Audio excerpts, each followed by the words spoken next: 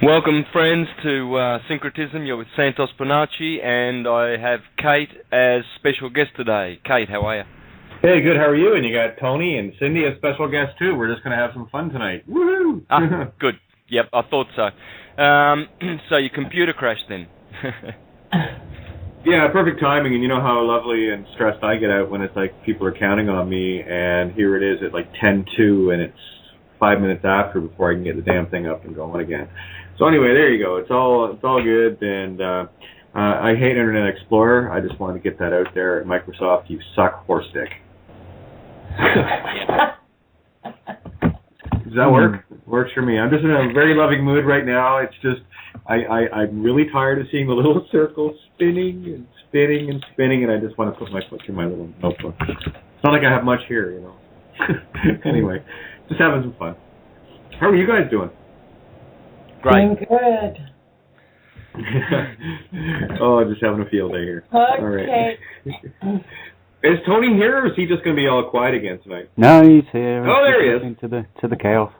Woo! Yeah, we got lots to talk about. Where do you guys want to start? Well, you've got some stuff, so we'll get to that. I've got some star stuff. I've got a great little astrotheological story to tell. So that will also add to the 25th of December Christmas gift that we gave to the world, Kate. So being the last day of the year for me, and this is the sort of stuff I'm going to get into, what they call this in theology, this day is the day of circumcision. I wonder why. Just check your theological, liturgical calendars and you'll see. December 39th and January 1st, this is the day of circumcision.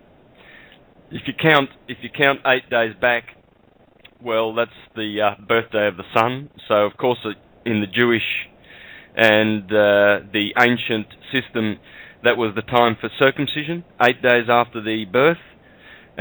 So what we see is the birthday of the sun, the year gets circumcised, and a new year begins on January the 1st. That's what it's all about. It's all happening in the skies. So I'm going to go through some sacred dates that we can look out for from now on, the 1st of January, the day of circumcision, all the way to the 21st of March, because we're going to have some lengthening of sun's rays going on, and that will, as above, so below, that will affect exactly how the rays of consciousness in our minds are lengthening until the sun hits the Lamb of God that take away the sins of the world. Well. So we're going from the goat to the sheep. We're going from the goat to the ram, and this is the ride we're going to take. And we're going to check out the holy days, have a stop and check them out, because you'll find that they will correspond to shifts going on down below, and we're having massive shifts going on already, of course.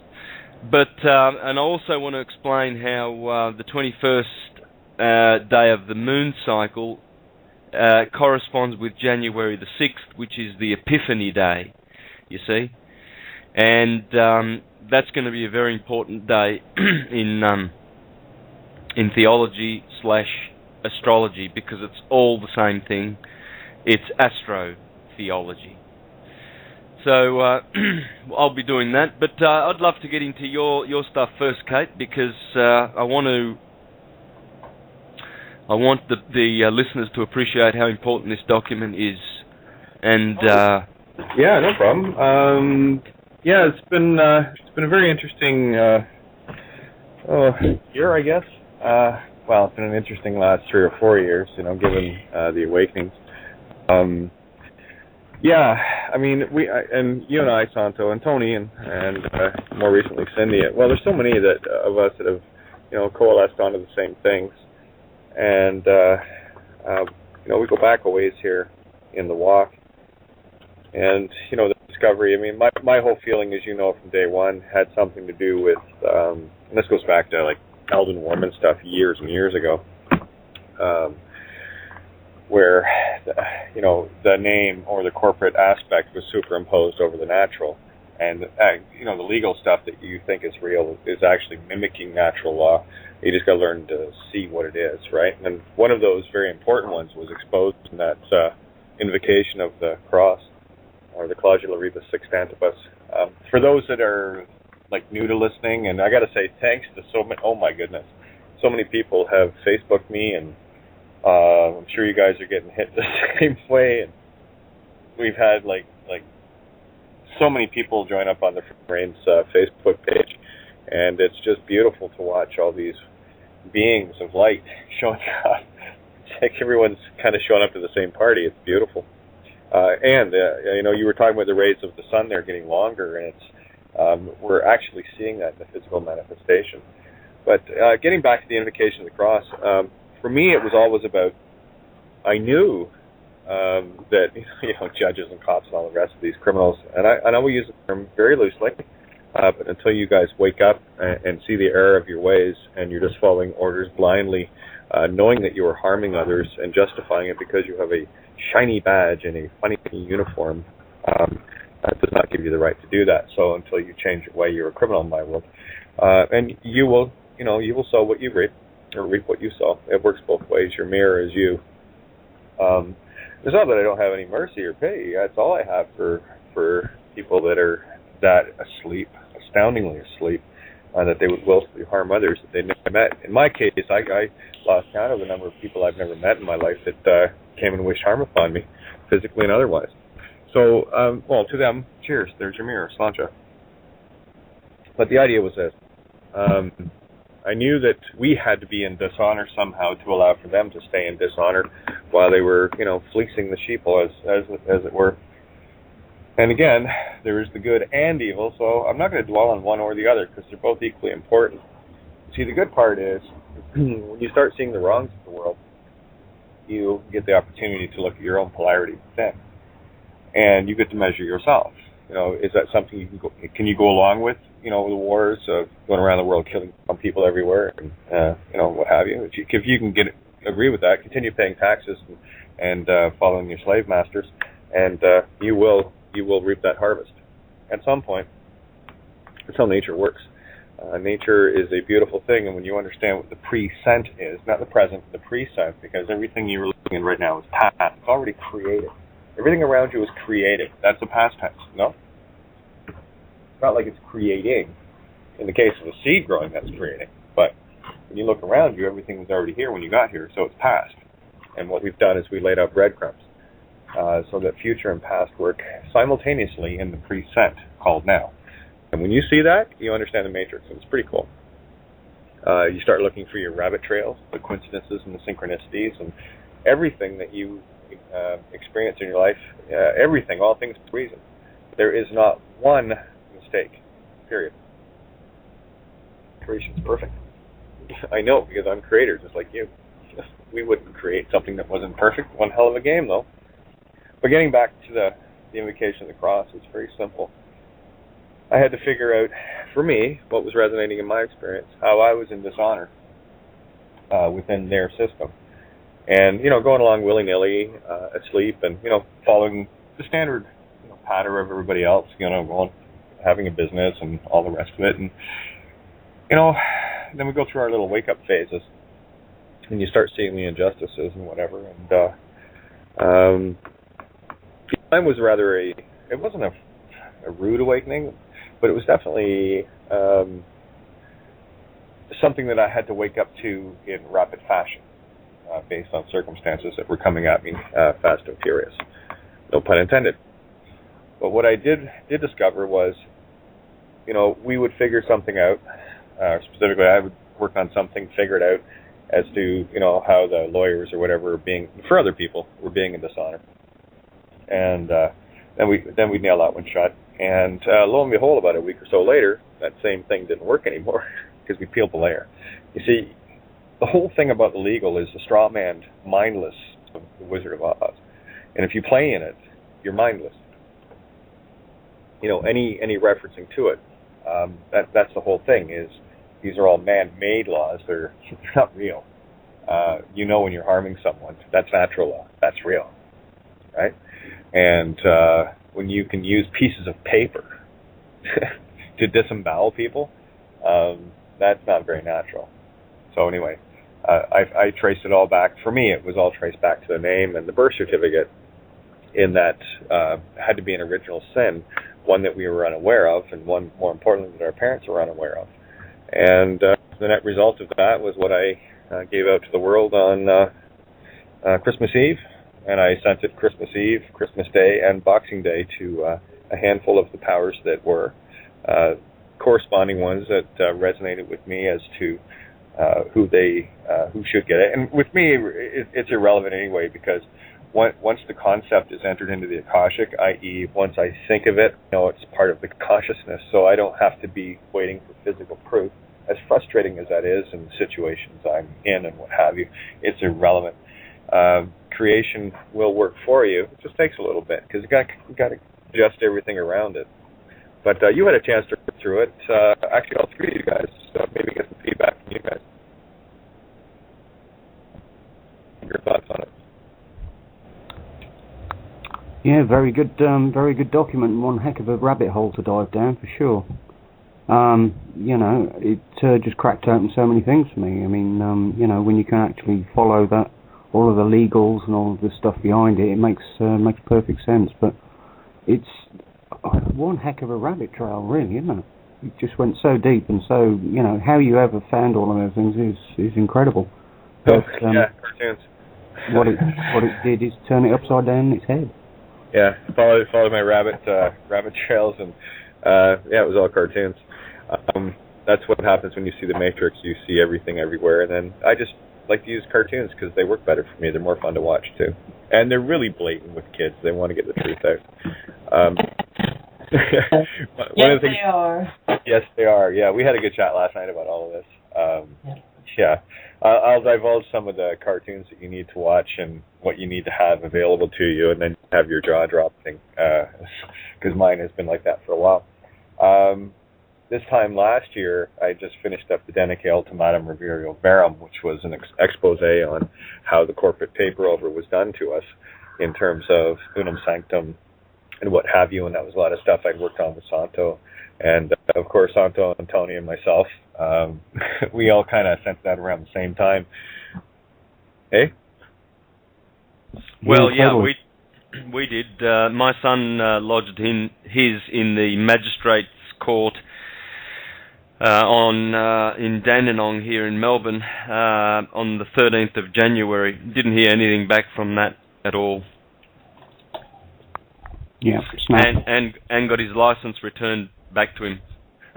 Oh, wow. Yeah. That's the thing about truth, and once people learn to stand in their silver or ruby red slippers, once you learn to stand in those shoes, you have divine providence. And I know, you see, what the system has done so brilliantly was convinced you that you're not God. What they've done is they've convinced you into shipping outside of yourself into some imaginary long-haired guy in the sky with apparently that needs a penis because it can't create without one, which I've always had a problem with, for obvious reasons, but whatever. It's, again, the answers you're not going to find outside. You're going to find your clues to your rabbit holes outside, for sure. I mean, that's part of the creation. But certainly you're not going to find answers out there. The answers will resonate within you, because at the end of the day, when you close your eyes, you're the only one that is. Imagine that. Incredible journey. And everybody's, everybody's truth right? is personalized to them, and they'll resonate with different signs that you did, and they, that's why I think it's important for everybody, just once you've awakened to how to look for these clues and the keywords and have the tools to decipher them.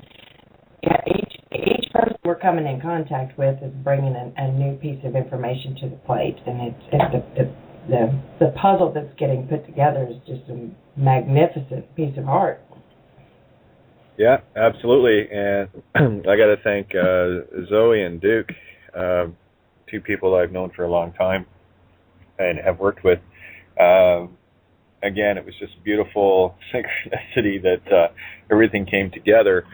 And I got to tell you, as soon as that moment hit and you start looking at it, you start to laugh. And I got to tell you, I do get so tired of the dramas around me. I really do. It's, you're trying to share something with people in the world, and the drama that gets thrown back, and somehow playing house is relevant. It's like, but anyway, it's I guess we just sit and we wait until people click, and you're right, Sunny. There are a lot of people that have just caught on to this now. Maybe what I will do is share some of the tools that you need. One, you need to be awake.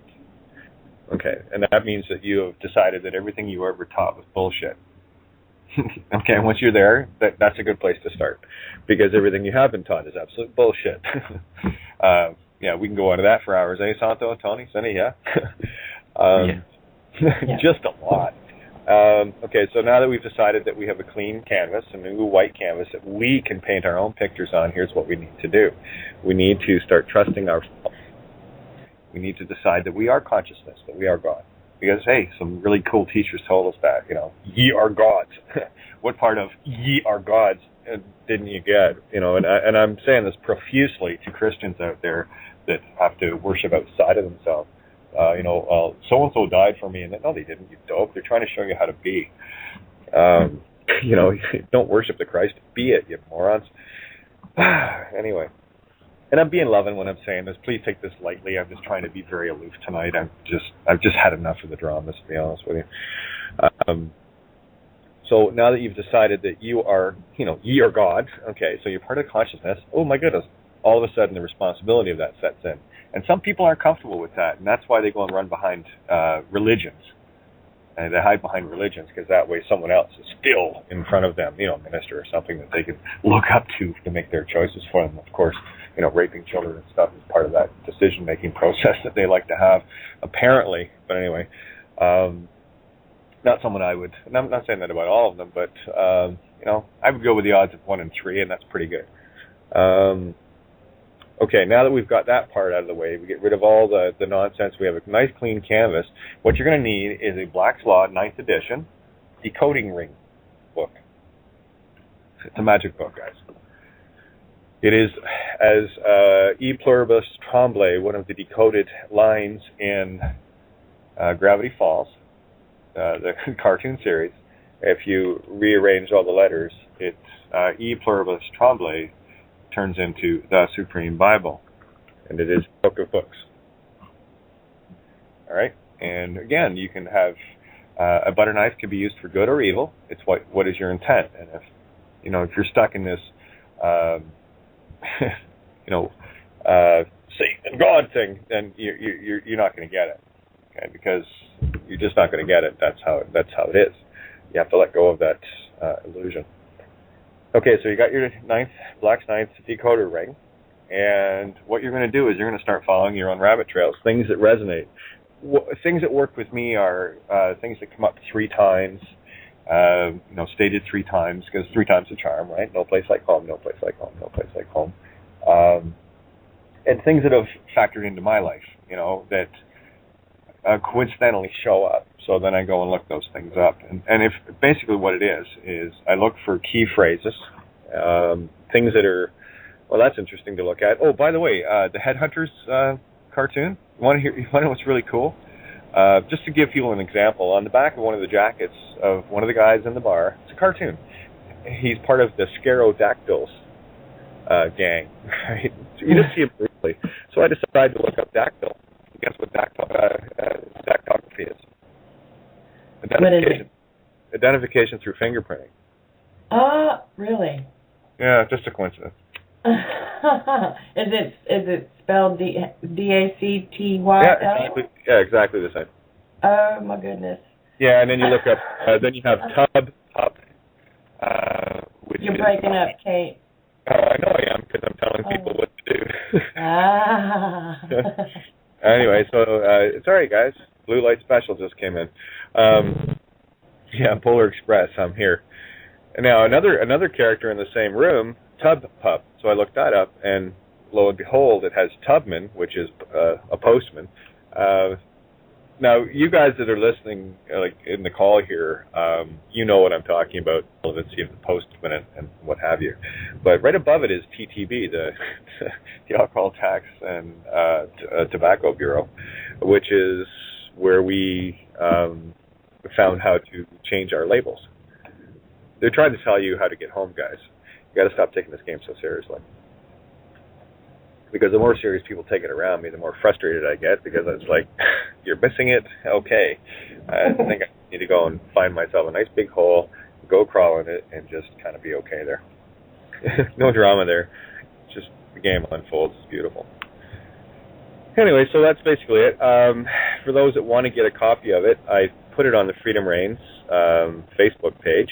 You can contact me direct, of course, always. Kate.Rene.5, that's Kate.Rene.5. And I will say, yes, I know an awful low voice for the name. For those that are just kind of bumping into me, I'm transgender. My voice is this way because it is. Anyway, as I like to say, voice is lower than boobs would indicate. So there you go. Don't worry, you'll get over me. I did. Anyway, so contact me if you want to get a copy of it. I do have it posted all over the web. And, oh, Tony, there was a couple other places. It's up on Scribd now as well, and you posted it in a few places, didn't you? Yeah, indeed. Yeah, it's up on Facebook and, like you said, Script, and it's shortly to be on Before It's News. Yeah, you actually had it posted up there in the full document. Global Consciousness, yeah, absolutely. I can get you over a link. Yeah, no worries. Just letting people know it's out there. If you, I would even just say you can probably Google Invocation of the Cross or Invocation of the CRSS. That's Clausula Rebus Sextantibus. Just a coincidence that it had something to do with the cross. And I think this is where we need to bring Santo in and start talking about some astrotheology, because that's where the true cross meaning comes in.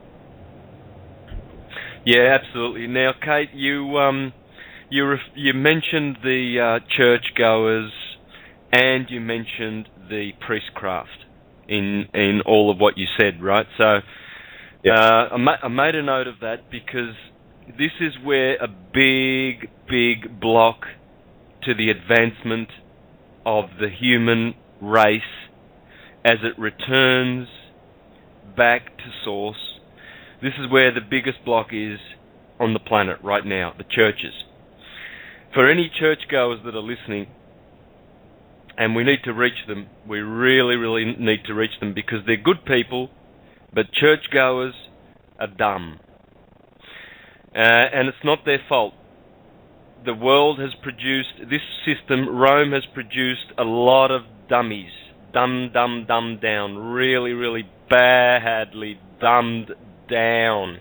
And the churches have a double dose, because they've got the secular dumbing down, and then they go off to church for more dumbing down on top of that, and they get the same bullshit that they get in their other institutions. Simple as that. Period. No argument. You can even work this out by asking them. Okay? Just draw a circle. Draw a circle on a page and put 30,000 dots in that circle.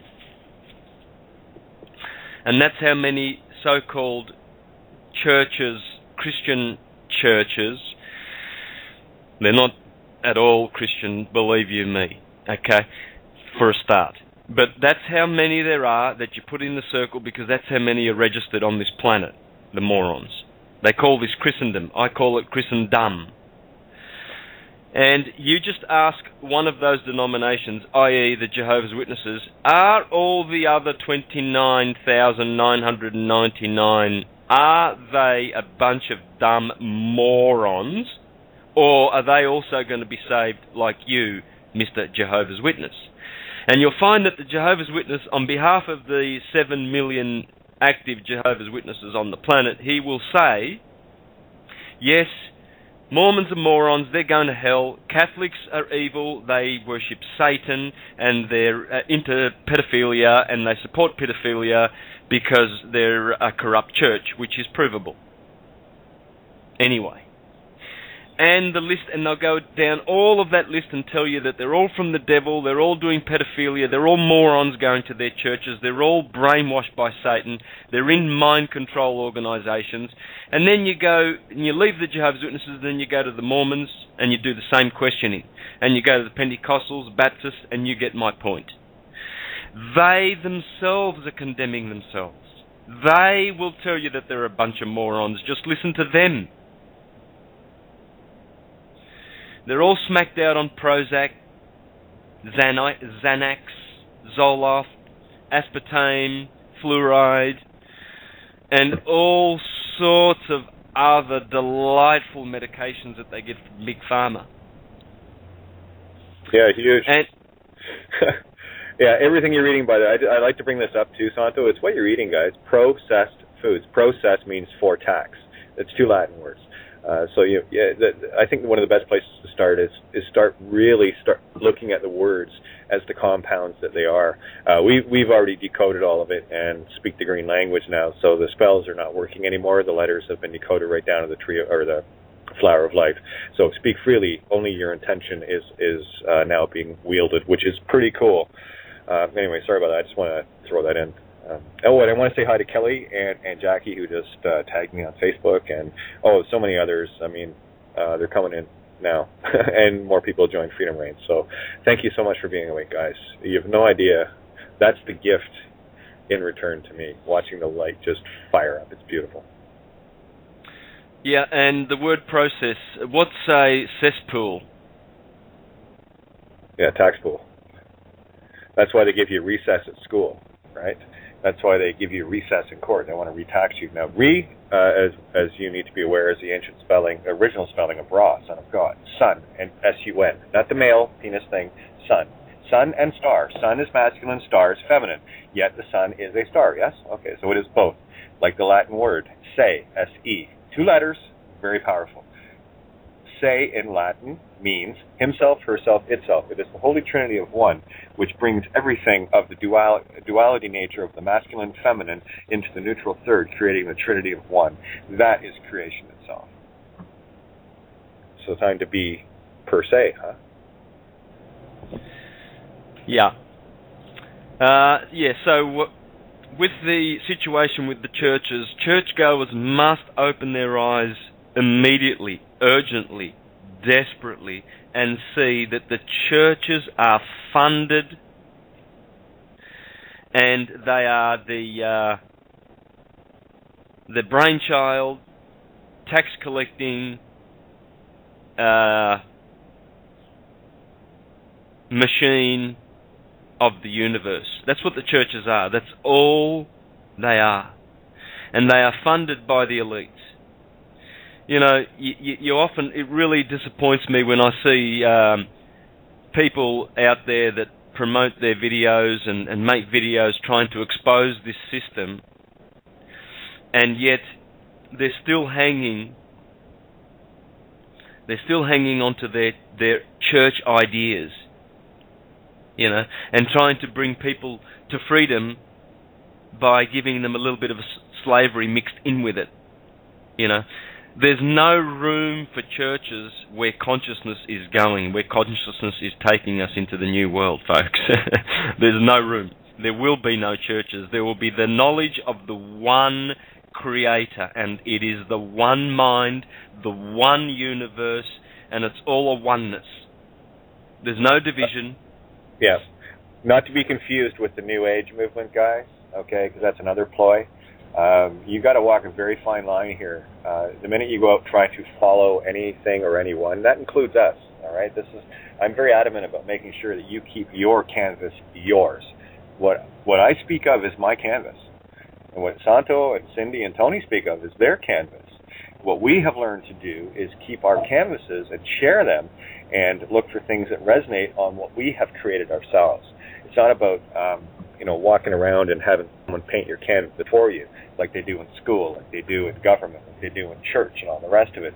And you've got to remember, all the religions, and I don't care what religion it is, they're all the same, okay? What they've done is they've subverted the most beautiful truths in all those ancient texts, those mystical books called the Quran, the Bible, the Vedic, the Torah, all those beautiful, beautiful, allegorical, metaphorical, mystical books of truth that have been corrupted using the literal translations, which basically says that Moses is a pedophile and that, the God of war is an angry, jealous God.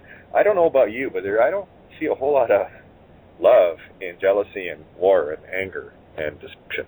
Sorry, this doesn't work for me. I mean, these are just very basic common sense things that, and I have to remind you, all those religions that you're defending, that you think, I call it religiocosis chosenitis, that you feel you need to defend, are the same beings that brought you the Inquisition, that burned people at the stake for daring to say something against the church. They're the ones that slaughtered, that bring you war after war after war in the form of my God is better than your God, and I'm going to kill you to prove it mentality. It is such a childish death wish. And, the sooner we grow up and decide, that's not a good way to go, you're going to keep going circular. Me, I'm done. I know many others that are done with this, and what we're doing now is like in the movie The Postman. It said it very clearly to me the other day. It's just all you have to do is hold on, and that's all we're doing now. We're standing to post. We found our truth. We're standing in it. And you know what happens with that? The same thing that happened to Dorothy, the door of God, Dorotheos. Dorothy, when she put on the ruby red slippers, which Frank L. Baum had originally written as silver, because silver is mystical for truth.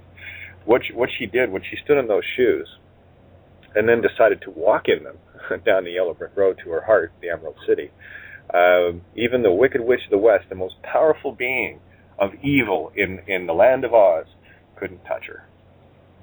And that's what you get. And my favorite quote in the entire movie is, I love this, it's just before the witch gets melted. The last to go will see the first three go before her. That's the Scarecrow, the Tin Man, and the Cowardly Lion. And you should look those things up in Blacks, and you'll be a little surprised at what they actually show you. Effectively, what the straw man is the mindless one that has no concept or direction, is guessing their way through and working with legal and all the rest of it. That's the straw man. That's why what a coincidence. People refer to, your all caps name as the straw man. So that's a good place to start. Once you get rid of the straw man mentality, now you can find your heart, the Tin Man. The fear that had you frozen, the waters of truth that rusted you solid, will finally get oiled with the Santa Claus, and then you can start moving further down the road. And then all you have to do at that point is get rid of the fear. And because fear, if you look at the lower chakras, is all yellow. That's why it's a yellow brick road. So you have to follow your road of fear to find your heart. Right? The last one you come into focus with is Cowardly Lion.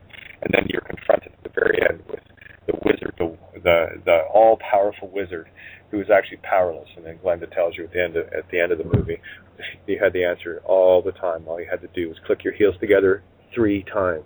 No place like home. No place like home. No place like Om. It's called Om is where the heart is, baby. All right?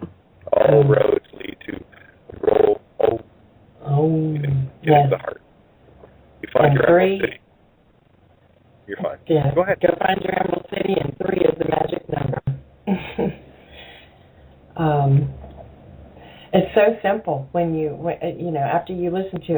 after I've listened to you say it over and over and over and over again over the past couple weeks, and if you actually just find your inner child and use that reasoning and that logic while you're looking for your yellow brick road, things pop out of nowhere and it becomes so simple. You have to unlearn everything, wipe the hard drive clean, and then go back with the eyes of a child. And so many beautiful things will happen. There is absolutely no fear, none whatsoever. I don't care what new article someone posts on my wall or posts in a group, and what about this, and what about this, and what about this? But I don't care. It doesn't matter. It's just, I know who I am, and I know where I'm going.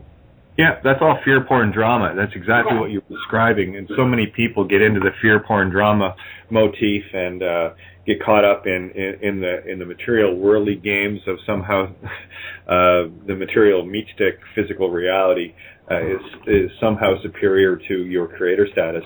Boy, oh boy, did they convince you. Sorry, I'm not buying that anymore. I'm done with it. And I just want to say a quick hi to Kelly, and she's tuned in right now. And we got Anna. Oh my goodness, so many people. Wanda, Teddy, and Janet, and oh my goodness, the list goes on. And I want everyone to know this, because I've made it, and so is Santo, and so is Tony, and so is Cindy, and so many others. We make ourselves completely available, many times in the past to our own detriment. But lo and behold, we stand in the truth, and we're here. Okay, we are not. Some people again, this is why I love to dispel this. I am just like everybody else. Okay, fine, I'm a little different two-spirit thing, but that's just my particular role that I'm playing here to find my truth in this game. But we're all the same, guys. There are no pedestals here. The stage is level. We just have to make our own independent individual choices of, do we want to continue playing the role of an extra? Do we want to be the character on Star Trek that wears a different uniform that gets beamed down to a planet to get slaughtered? Or do we want to decide to move into a co-starring role? Do we want to start taking over a starring role in our own movie, our own creation? Yeah, someone's mic's on in the background there. What churchgoers in particular are going to find is that their institutions, when the money dries up, and it will, because people are opting out of the fiction in their droves now, and you'll find that banking and fictional money, funny money, won't be around for much longer. But when it does, the churches will instantly shut up shop. Because they're all operating as mind control organisations for the Rockefellers and the Rothschilds and the Jesuits and all of that mob. That's all they're there for. There's no other purpose for churches. Don't even think, oh yeah, but they're good for people to go and have a community and strengthen one another in their community. No, they're not. They're divisive. There's a lot of gossip going on in them. There's pedophilia going on in them, and protected pedophilia, by the way. The only place on the planet left where pedophiles can be left alone, unmolested, to do their dirty deeds, where the law cannot get in. It's the only place left. It's the only haven left. Christianity. Christendom. Join one of Christendom's churches, Jehovah's Witnesses, Catholics, take your pick. And you can be a pedophile, you can go in there, and when they catch you, they'll just hit you on the wrist and you go to another diocese, you can just start again, fresh. It's ridiculous. We're tolerating these churches. They must be shut down instantly, immediately for the future peaceful progress of this planet. All of them. Jehovah's Witnesses, Mormons, all of them need to be shut down. They've got to be shut down. And we will. Consciousness will shut them down because they are pedophilia incorporated. And we must wake up to this before we even take step number 2. And what they're doing is they're selling a corrupt version of the true Christianity. What will happen when the churches are dissolved is that true Christianity, true Islam, true Judaism, Hinduism, etc. will continue as it used to before monotheistic pedophilia corporate church came into existence. Christianity has always been on this planet. It's the science of light. God is light, etc. Hinduism is the same thing. It's the science of light. And the only people who don't understand this is churchgoers, because they've been told that Hinduism is just demon worship. Islam is just demon worship, period. You see, this is how they've been indoctrinated. They're morons. They're mushy-brained morons. And what they don't understand, because they can't read properly with the keys, the astrological keys to understand the documents, is that these documents are dealing with science, the science of light. And And so that is what will persist and what will continue into all of eternity. So we might as well get familiar with these sciences. There's nothing wrong with the science of theology. Theology teaches us the nature of the Creator, which is the unknowable, unnamed, causal, still magnetic light of the universe, which is omnipresent, omniscient, and immortal, knows all things, is everywhere, is omnipresent, and it is what we are made of. And that's what we are. When we realize who we are and wake up to who we are, we will realize that we are just that. We are the same stillness. Anywhere we go in the universe, we can find that stillness. That's why we are asked to meditate and to go into the stillness and to find the stillness, because it's in there that we find the causal one, which is beyond this world of duality and dualisms. And I've explained this in other shows, so I won't go much into that theology, because I want to do the holy days that are coming, and I want to do the name of God, which is the throne of God in the skies, to elaborate more on this, because it's getting a lot of good feedback.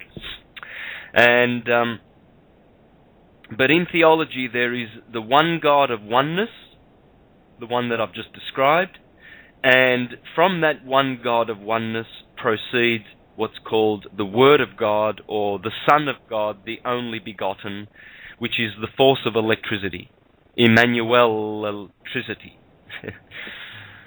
And Emmanuel always has Magdalene as his partner in the legends, because L and magnetism, electricity and magnetism, is what produces all of the dualistic world that we see. And it's this one that we need to rise above, the dualistic world. And it's this one that causes us to not know our oneness, because we believe in the two-ness. We believe in all of these stories that are going on. Oh, I'm a PhD, and I'm an expert at this, and I'm a doctor, or I'm a psychologist, and people believe this. They go to university, they study for 10 or 15 years, then they do their profession, and they believe that they are these things, that their bodies are participating in all of these schemes,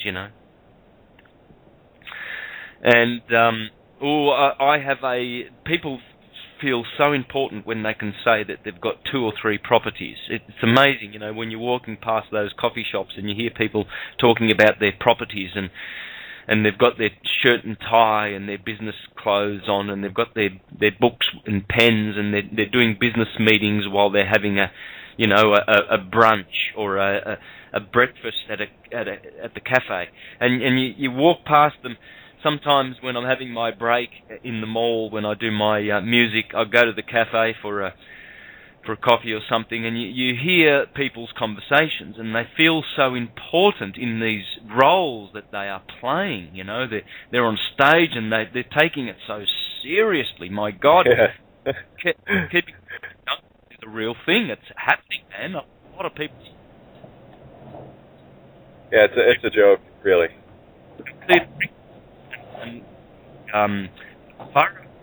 In foreheads, I mean, my God, these people really, really believe in their investments. They're losing sleep over them.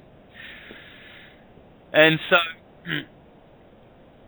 so this is why the scriptures tell us to do not be loving the world, or the things in the world, and the showy displays of the world. The world is passing away. In fact, read that scripture, 1 John chapter 2. I used to love sharing this scripture at the doors when I was Jehovah's Witness, very faithful. Do not be loving either the world or the things in the world. If anyone loves the world, the love of the Father is not in him. Because everything in the world, the desire of the flesh and the desire of the eyes and the showy display of one's means of life does not originate with the Father, but originates with the world. Furthermore, the world is passing away, and so is its desire. But he that does the will of God remains forever. What that's saying clearly is this world is a kingdom of ideas. It's Roman. And the Romans inherited their version from the Babylonians, mostly. And the Egyptians and the Greeks. Oh yeah. They didn't miss a trick, the Romans. They mixed it all up and they turned it into literal Christianity. And they said, you now have a literal saviour. Literally. Jesus Christ. That's his name. And he is going to come and save your ass. Because you can't do it, you're a sinner. And so you need someone to come and do that for you. So you just wait there in this church and he'll come and save you one day. For sure. Just believe. And this is a sort of stupidity going on in the churches. What the Gospels are talking about is a Christ that is within. And the Apostle Paul alludes to that in Colossians, when he talks about the sacred secret that was not known to the ancients, but is now revealed to you, O Colossians, which is the sacred secret of the Christ within.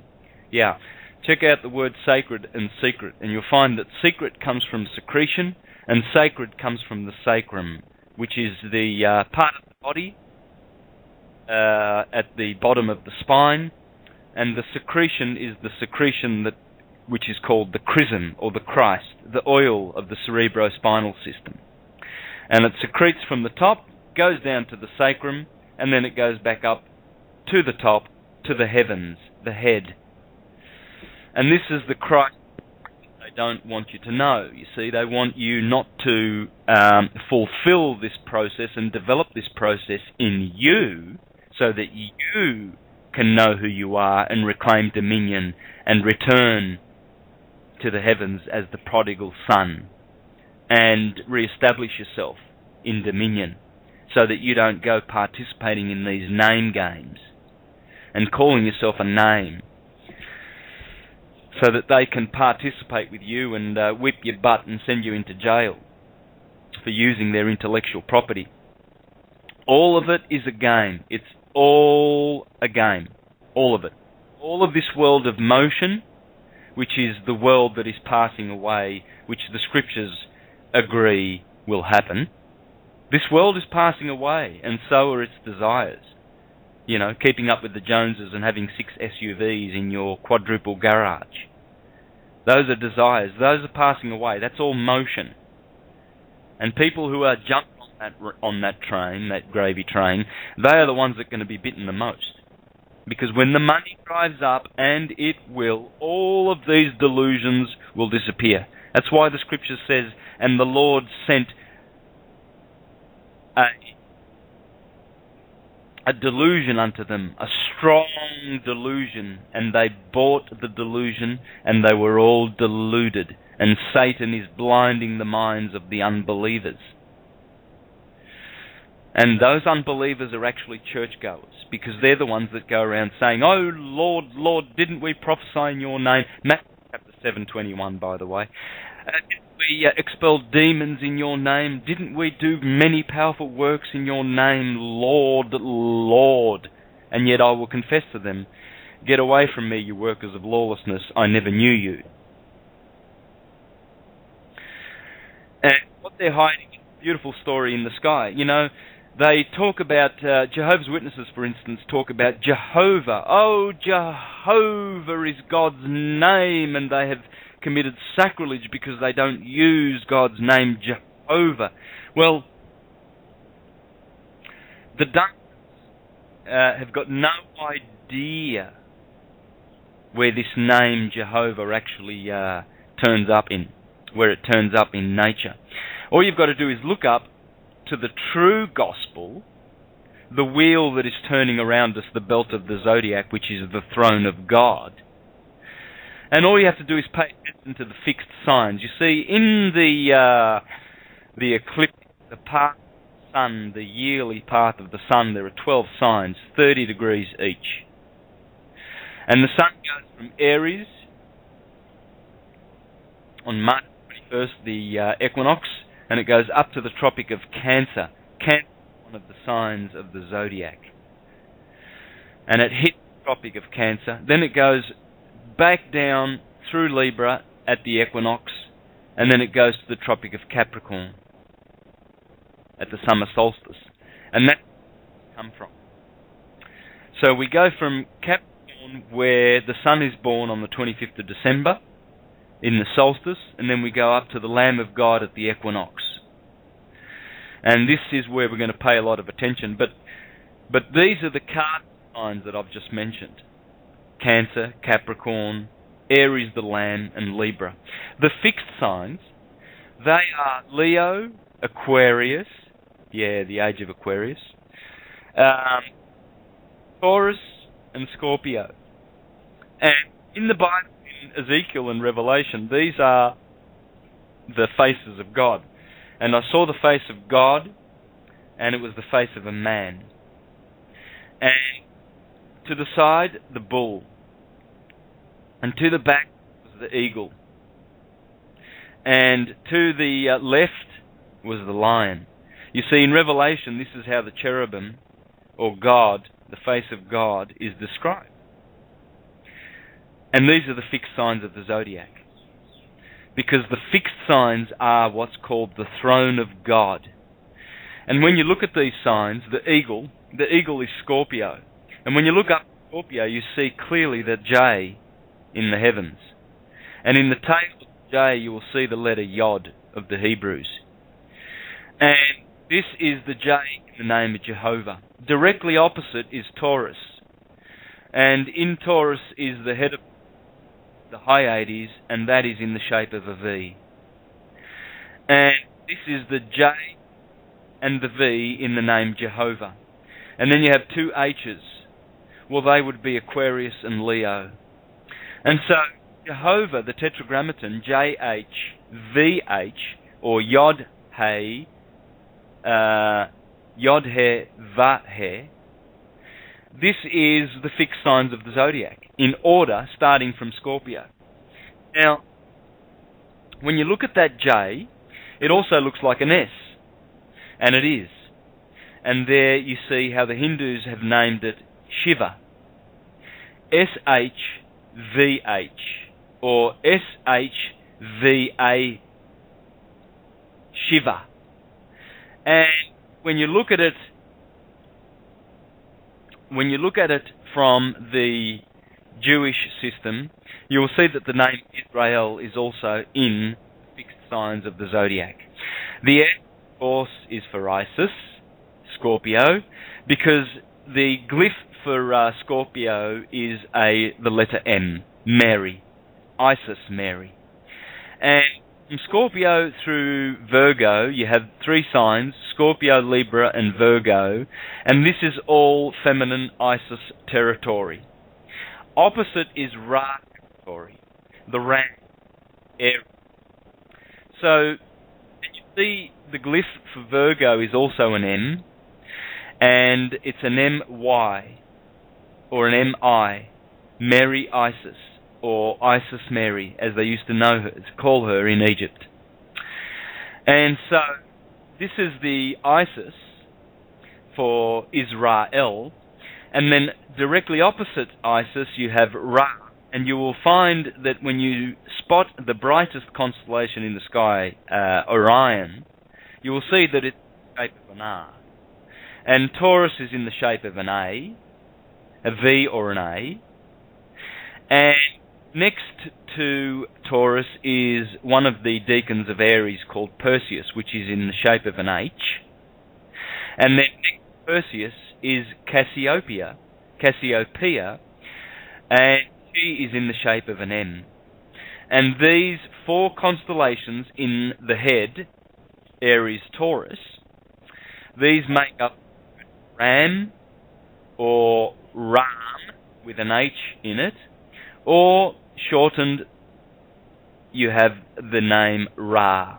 And there is Ra, and then you go over to the L, Lion, Leo, and you have L, is Ra, L.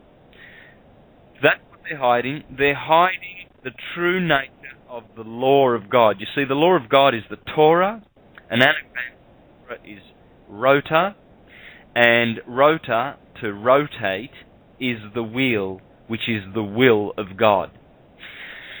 What the buffoons, the priestcraft are doing, the priestcraft are teaching a literal story from the true gospel that is in the sky, the only gospel that will really and truly benefit you. The truth that is in the gospel, which is the astrotheological story of how the stars above are exactly the replica of what is in your body below. And this is what they are hiding from the eyes of the churchgoers, so that they do not know that this is their divine origin. We are made of stars, and we are part.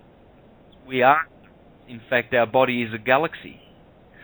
It's a galaxy coming in the microcosm, and it will be a fully developed galaxy one day, as we return to the macrocosm where we come from, and to return to the oneness of who we are. And so, as the sun climbs to the equinox, the most important day of the year, which is the true start of the year. In fact, in astronomy, the first degrees of Aries are right ascension of meridian. Now, notice that will give you RAM, right ascension of meridian, because Aries is the prime meridian in the skies. So to reach that right ascension of meridian, we must traverse some holy days. And the first holy day is that I want to bring to your attention is the day of circumcision, January 1. You see, because in the Jewish system, a male Jew born will have to wait 8 days for the day of circumcision. And you see, this is goes back to the original astrotheological system, the true gospel, the yearly gospel, which begins in some systems on the summer solstice, and in some it begins on the equinox. It can begin on in Capricorn, or it can begin in Aries, the sheep and the goats. This is why the sheep and the goat motif is so common and popular in all of our sacred texts. And the Jewish system is not excluded. The wolf and the lamb, sheep and the goats are a prominent motif in their scriptures, and the Christian Greek scriptures also. And so you see, 2 Gospels are devoted to Capricorn, and 2 Gospels are devoted to Aries. Matthew and Luke are devoted to Capricorn because they begin with a baby in a manger. And that's when the sun is the smallest at the start of the year in Capricorn. Whereas Mark and John begin with a fully grown Jesus. And that would be Aries, where Jesus is fully grown now and is ascending at Easter time. You see, Christmas and Easter are the 2 times that we are talking about. We are referring to the 2 holy festivals of Christmas and Easter here. And so when you see a baby Jesus in the manger, that's Christmas, and that's Capricorn, and that's Matthew and Luke. And when you see Jesus fully grown, and he's the Lamb of God that takes away the world, as he is introduced in the first chapter of John, because it's talking about Aries, you see. Well, this is the Lamb of God, and we celebrate Easter there. Now, the day of circumcision is very, very important. Keep it in mind. I'm not anticipating that anything powerful will happen in the skies, but you know how it is. We are experiencing consciousness shifts, so expect the first day of 2013 to be bright. Pay attention, guys, and you won't miss out. Pay attention, and you will see that consciousness does shift, and it does go upward.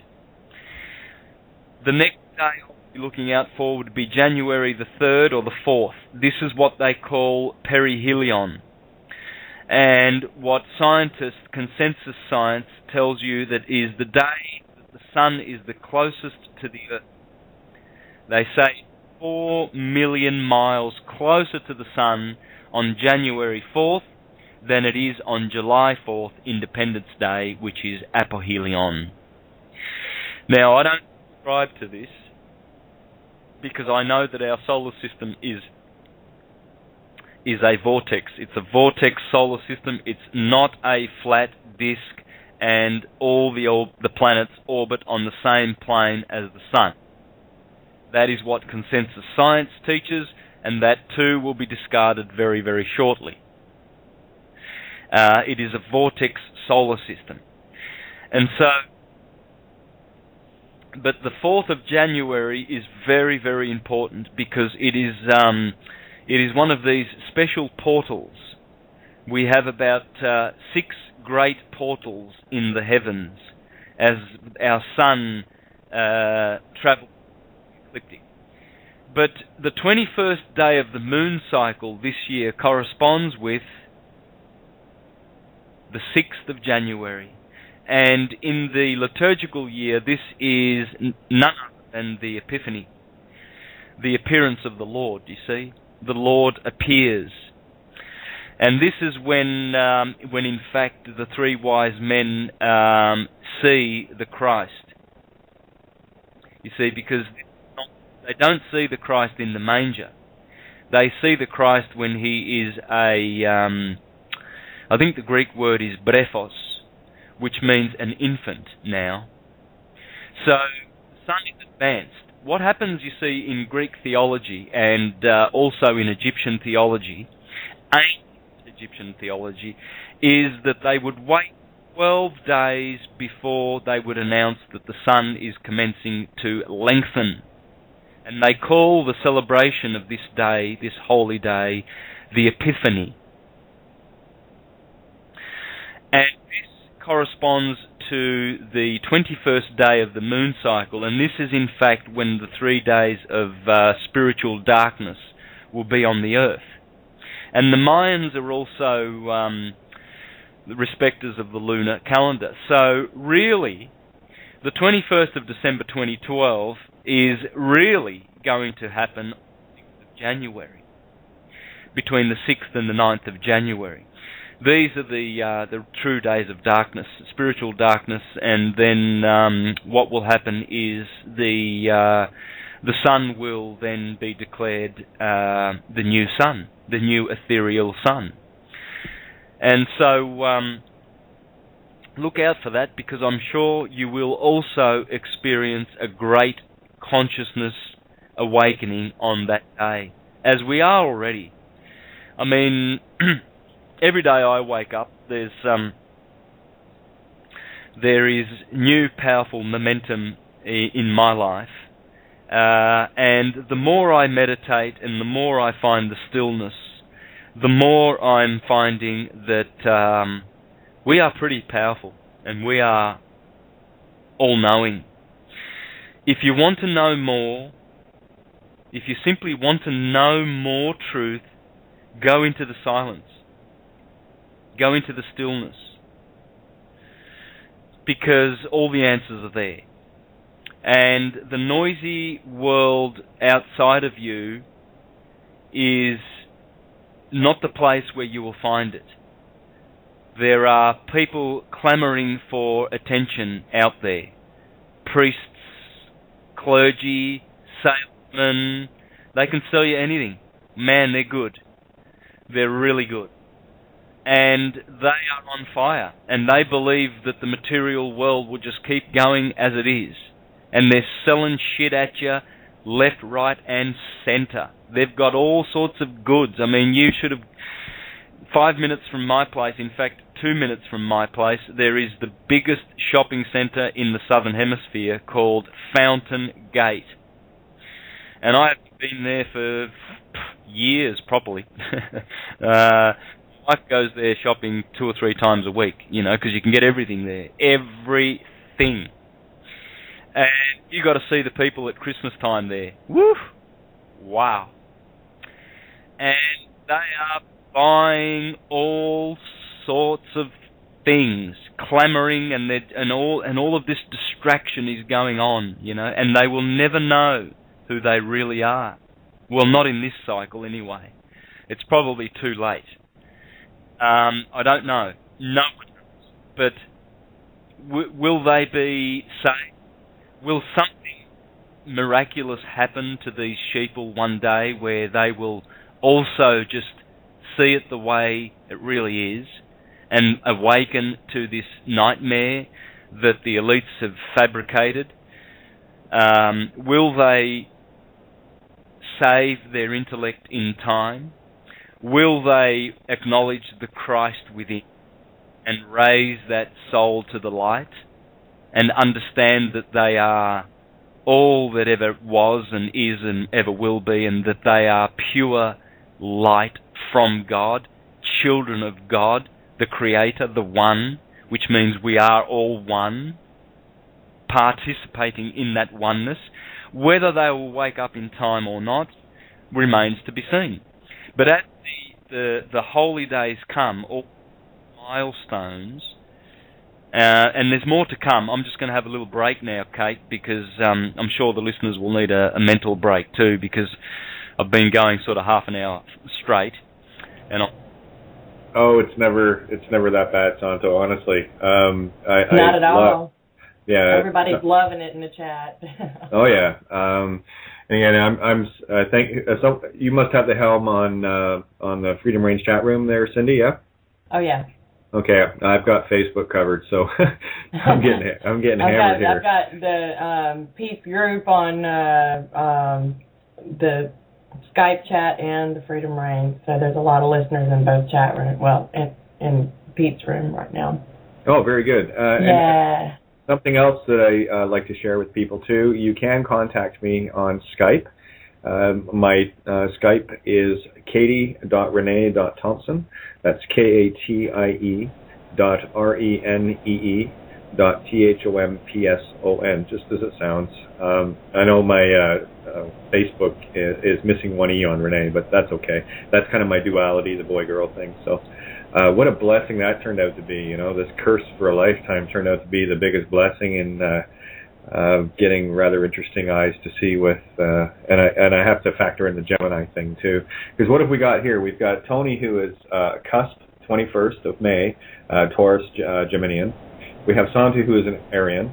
We have Cindy, who is an Aquarian, and I'm a Gemini. Okay. Oh, actually, Cindy, you've got Aquarius with Gemini rising. Aquarius, Gemini rising. Then, then Santo has the Leo rising. And you have the Leo rising. Tony is the Taurus, and Miranda is the Scorpion. Scorpio. Yeah. Mm-hmm. So between the 5 of us, there you go, the 4 fixed signs, the Tetragrammaton. Yep. And I'm just a little old messenger. You know, that's kind of, hey, but that's, you know, that was my role. I chose that. I came to be a messenger. And this is why people really need to understand what Santo is talking about, and you do it so well, so eloquently, Santo. I try to bring a different, I don't know, I bring my own thing to it with what you're doing in terms of the way I write and whatever, and Tony brings his, and Cindy brings hers, and Miranda, and oh my God, so many people, and you know, because I am the sum of the whole of all of my experiences, which includes everyone that I've ever come into contact with, because that is an aspect of my consciousness. being mirrored to me from a different perspective, and that's all we are. We are the one creation. We are all knowing, and in order to have a game, we kind of have to go into the all not knowing kind of thing in order to play this beautiful movie that we're playing roles in, and that's what I'm trying to get across to people, to lighten up. Stop taking your role so seriously, like what Santa was saying earlier about, the salesman and the priest and all the, someone comes up to me and says, well, I've got a PhD in this and that and the other, and I'm just going to look at them and say, yeah, well, you got dumbed down more than most of us. And just to let people know, I'm not an intellectual slouch. I had Queen's University Belfast lined up for me. I was set to go there. A certain instance happened when I was a kid in Ireland, and we ended up coming back here to Canada. I'm Irish, just so, give you a geographical references to where I showed up on this planet. But as a result, the quote higher learning places of indoctrination just never, they were always there, but they never materialized. And so I decided to use that to a different approach and became a singer-songwriter. Something I do want to share with people with what Sonda was saying about meditation. You will find that on average, and it's not to make less of or greater than, this is just a proven fact, those of you that are listening right now that are musicians, there is a reason why you have awakened. And that is mainly due to the fact that you spent an inordinate amount of time meditating while learning the craft of your instrument. And what I will suggest to those that do not play, and singing is an instrument as well, so don't think that if you don't play an instrument that you're not meditating. When you're singing, you're actually in that zone as well. So I need to make that crystal clear.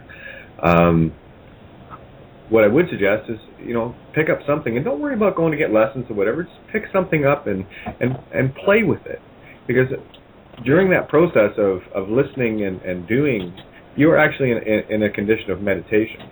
You are in the stillness of self. And I like the Walter Russell's, I think it was in the book, Santo, maybe you can back me up on this, or it might have been Matt or Rob had talked about, the plucking of a string that vibrates, and then it will always return to the stillness. It will create the sound and return to the stillness. And that's what we are. We are all individual strings of the universe in a universal song. And our strings right now are vibrating as we move closer and closer to that stillness. And the urge of creation is very simply the ebb and flow, which is the urge to separate and then the equal and opposite urge to rejoin. And this is the breathing in and breathing out of the universe. And you are the universe in one. We're all of the same fractal universe, just different perspectives of that consciousness. So again, lose the New Age stuff and don't get caught up in the drama. What you need to do is get caught up in yourself. And the most beautiful entity in the universe is right there inside of your head. Just close your eyes and see it. It's beautiful. Look at you. I know you're beautiful because you're my mirror. Excellent.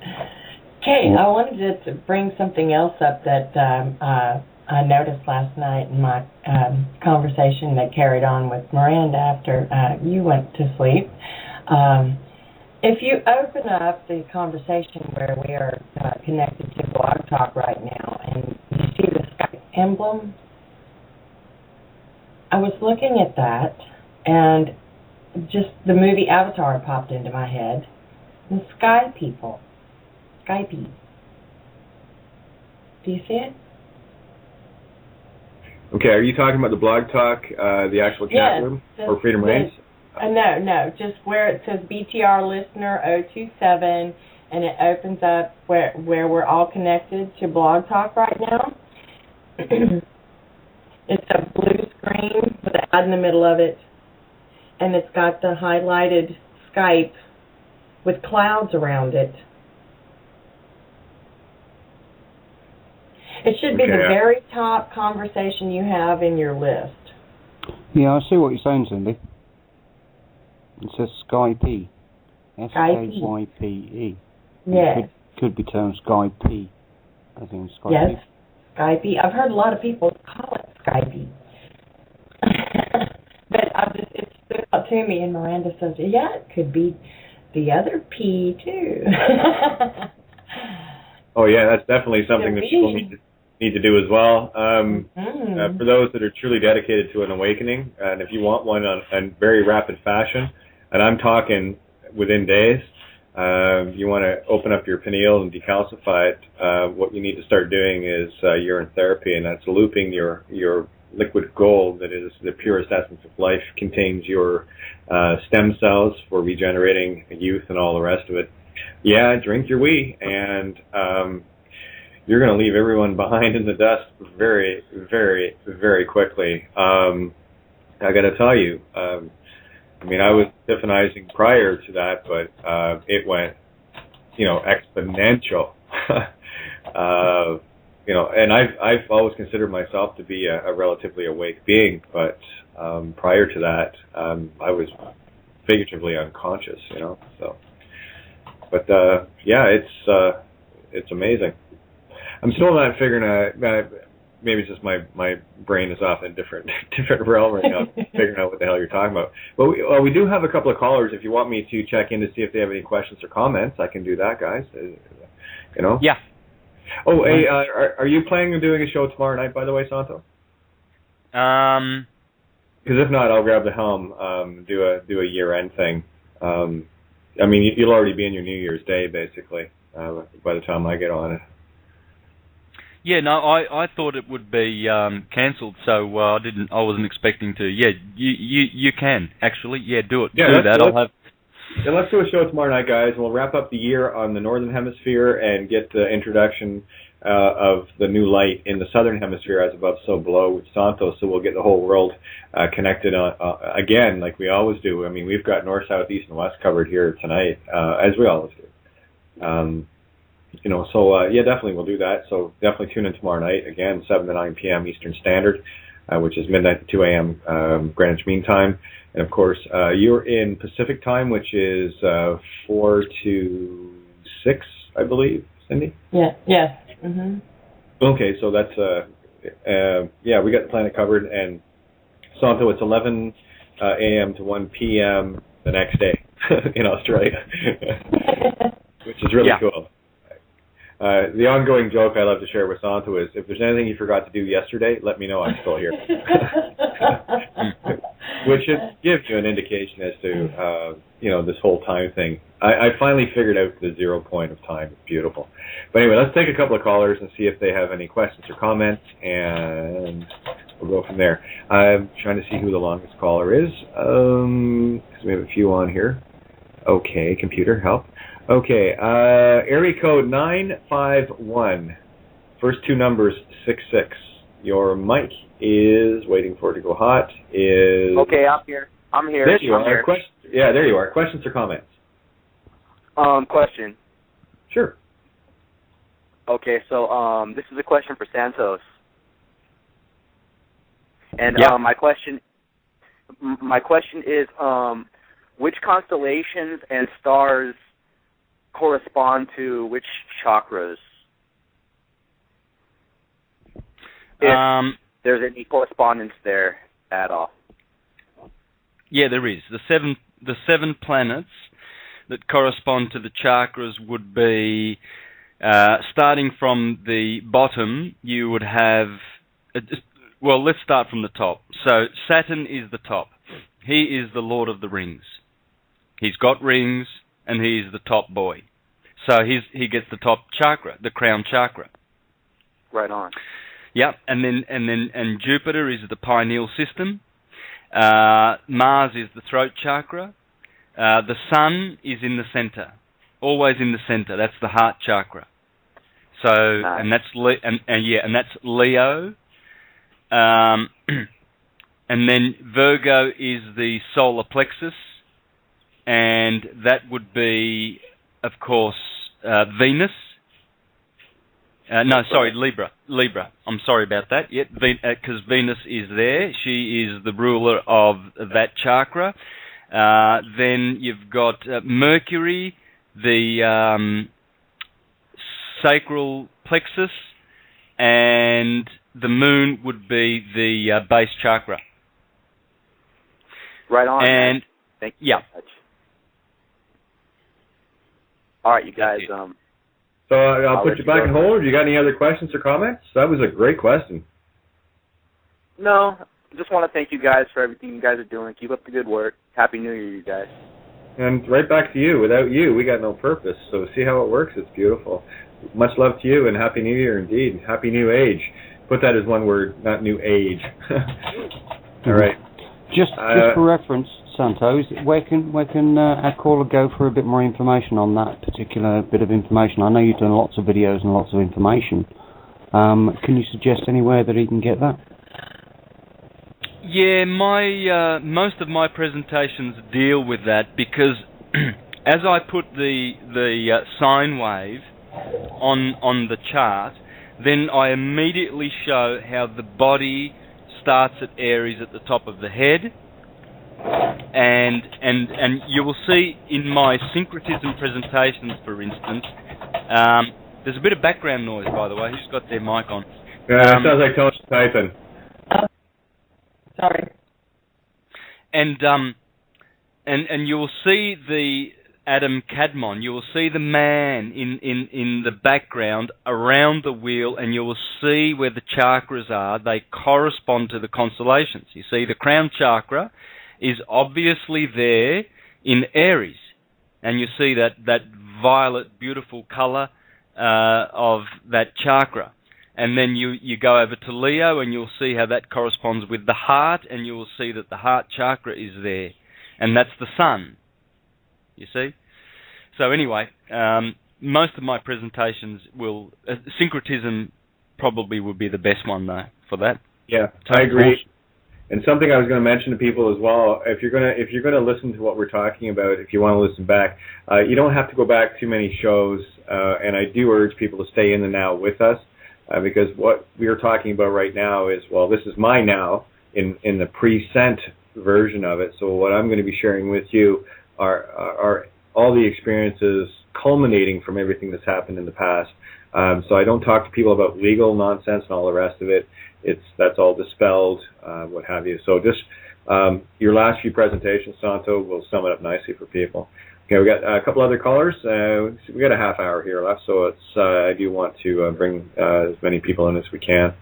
Okay, so area code 415, first two numbers 21, and questions or comments? Your mic is hot.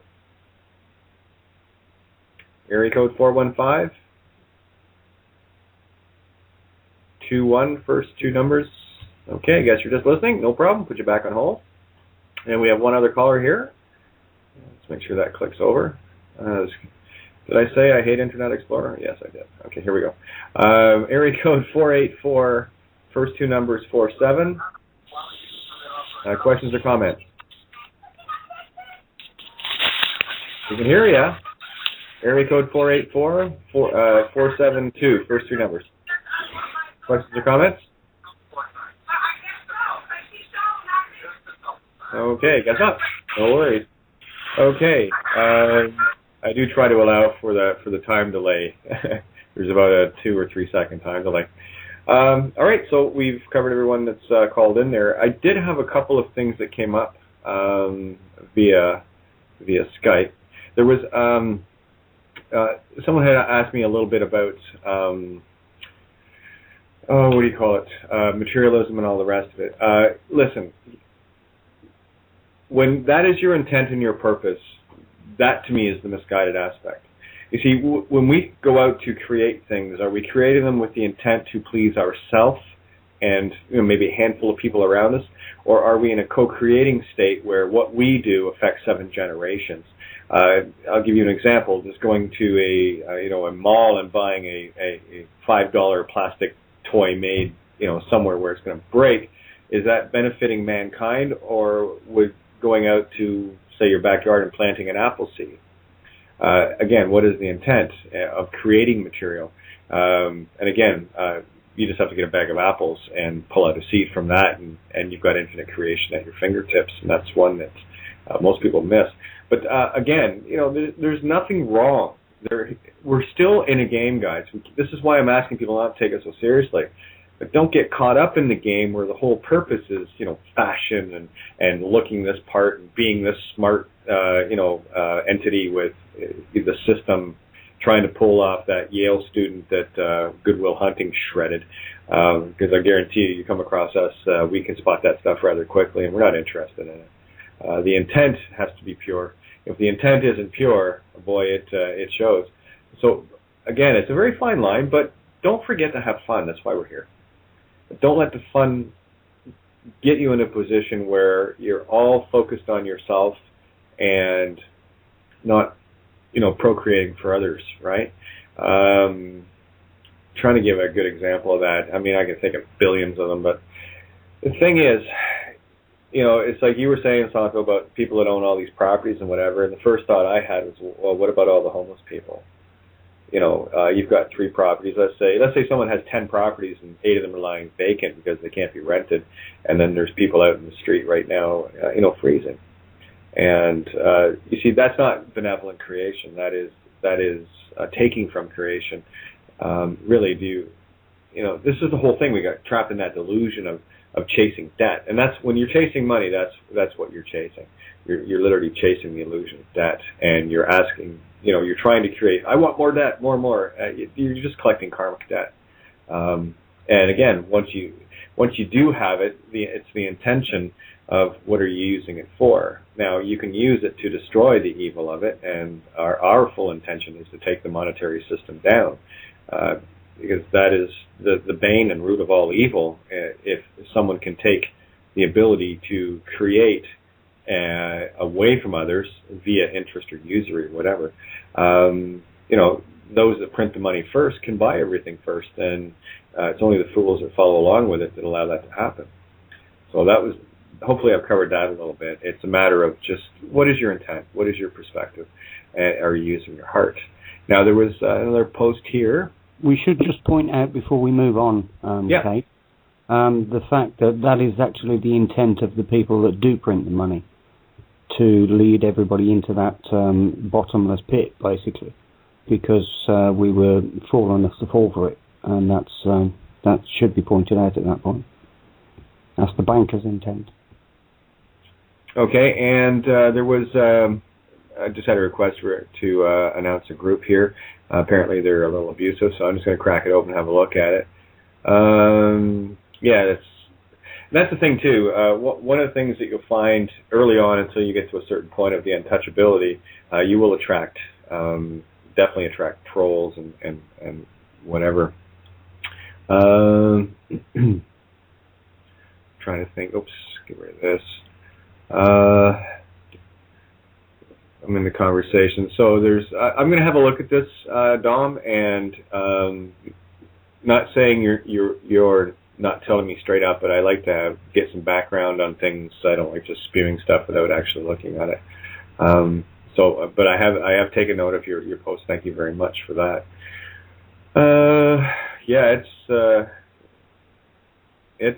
It's busy. Oh, and I just wanted to say thanks to my goodness, my Facebook has lit up tonight like something else. Anyway, it's funny, I only posted the show in a couple of places because I really didn't have a whole lot of time to do it with the computer crashing and what have you. But I've put it a few places too. Yeah, well, I'm sure. I'm saying, like, normally I go crazy and post everywhere, but it's well done. Obviously, you've made the biggest difference tonight, Cindy, because I sure as hell didn't. And Aaron, no problem. Information is always appreciated, but remember this. It has to resonate. Do not put anything on your canvas that is not yours or can be taken as yours, as your truth, because if you do, you're just buying into someone else's bullshit. And that's why Santo, Tony, myself, Cindy, and everyone that I've worked with will tell you the same thing.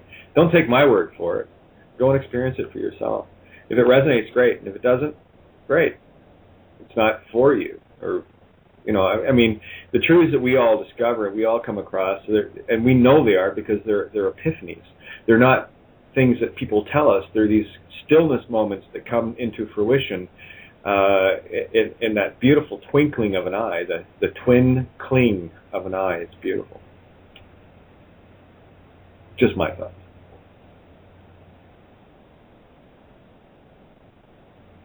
There's that dead air thing again. Yeah. Yeah, jump in, guys. I'm reaching for my mouse, and it was running away from me. I was trying to unmute myself. I'd just like to mention, anybody that didn't hear the show that we did last night, we did an excellent show with Simon Parkes. Reference Simon Parkes is an MP, and he's gone public with some incredible information. So if any of you guys missed that last night, you want to go back and check the archives, because that was an awesome show. Can you just tell us a bit about that, Tony? I didn't hear any of that, please. Yeah, certainly, Santos. We had a current MP, or councillor, should I say, probably better to put his words. Simon Parkes went public last night. He'd gone public before that, but he came on the show to explain of his interactions with off-world beings. And there's a lot of information with regards to this, but he warned people yesterday to be on the lookout for what everybody's termed really is a Project Bluebeam, or a false flag alien invasion scenario. So we basically put out a post to that effect today, just asking people to go back and listen to the show, because it was some fascinating information that Simon gave us yesterday. So I just wanted to mention that. I got to say a great big thank you to Rory. What a great job on the poster. Oh my God, did I laugh when you sent that to me. Effectively what we're trying to say is the only card that they really have left for false flag is an alien invasion.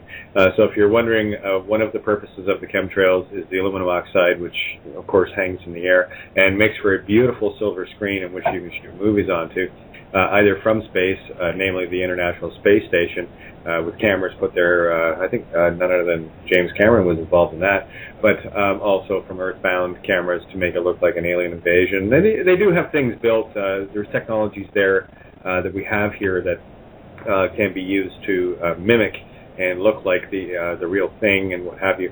But I assure you, it is anything that you see in terms of an alien invasion is man-made at this point.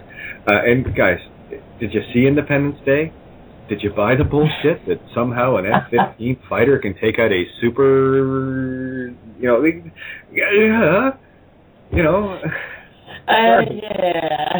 Oh my right. God! I mean, Right. One of the other things he actually mentioned as well is if they were using any hardware as in craft, they were going to be the old style TR-3Bs. He didn't mention the TR-3B by name, maybe because he didn't know it, but he said the old nuts and bolts craft are going to be used, and they are old. Tesla was using technology like this.